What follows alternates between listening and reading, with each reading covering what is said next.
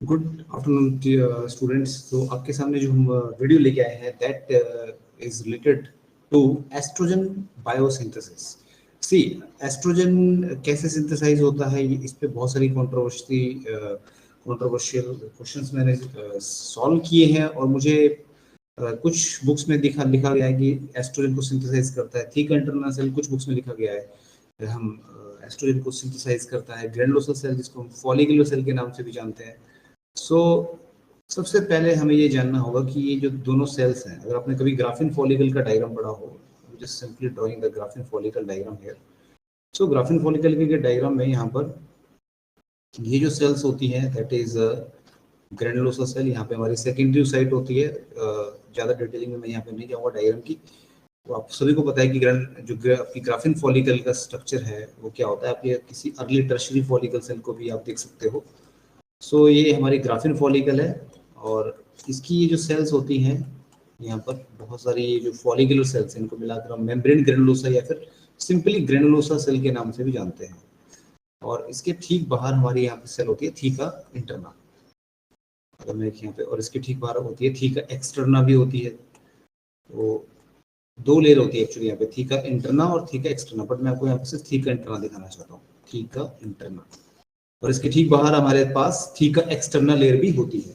सो अब सवाल ये उठता है कि जो आपका ये एस्ट्रोजन है ये सिंथेसाइज कैसे होता है। देखिए, एस्ट्रोजन को बनाने में एक्चुअली दोनों ही सेल का रोल है।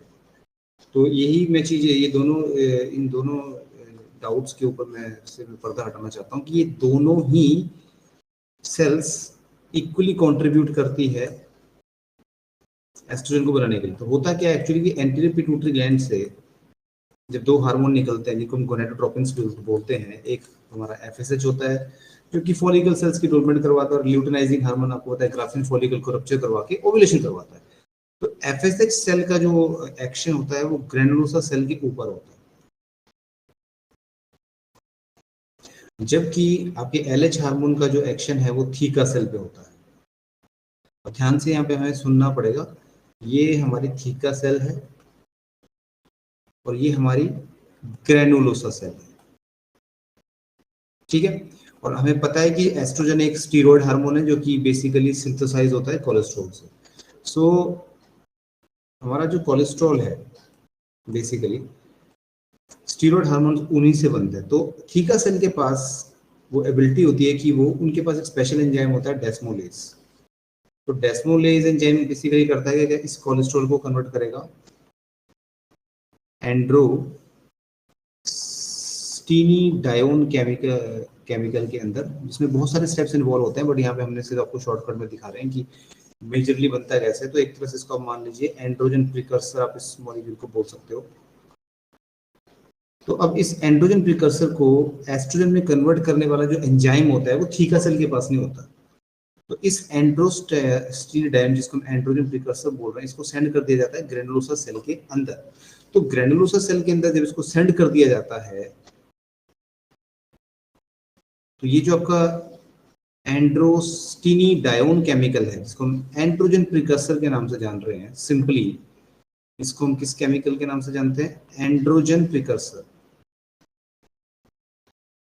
तो ये केमिकल जब एस्ट्रोजन में कन्वर्ट किया जाता है तो फाइनली इसको कन्वर्ट किया जाएगा किसमें, एस्ट्रोजन में।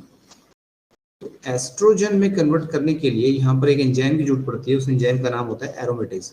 और ये एरोमेटेज एंजाइम सिर्फ ग्रैनुलोसा सेल के पास होता है, थीका सेल के पास नहीं होता। तो आप देख सकते हैं कि यहाँ पे 50% जो रोल है एस्ट्रोजन को बनाने के लिए वो है थीका सेल का।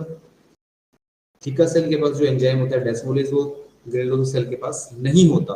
उसके पास डेस्मोलेज एंजाइम है जो कि कोलेस्ट्रॉल को एंड्रोस्टेनिडायोन या एंड्रोजन प्रिकर्सर केमिकल के अंदर कन्वर्ट करता है। फिर ये एंड्रोजन प्रिकर्सर को एस्ट्रोजन में कन्वर्ट करने वाला जो एंजाइम है एरोमेटेज, वो थीका सेल के पास नहीं होता। तो इस मींस कि 50% रोल थीका सेल निभा रहा है आपका और 50% रोल आपका ग्रैनुलोसा सेल निभा रहा है, और फाइनली आपका एस्ट्रोजन बनके तैयार है। So this is the actual phenomena कि कैसे आपका एस्ट्रोजन सिंथेसाइज होता है। आपको ये तो बताइए कि आपका जो हाइपोथैलेमस है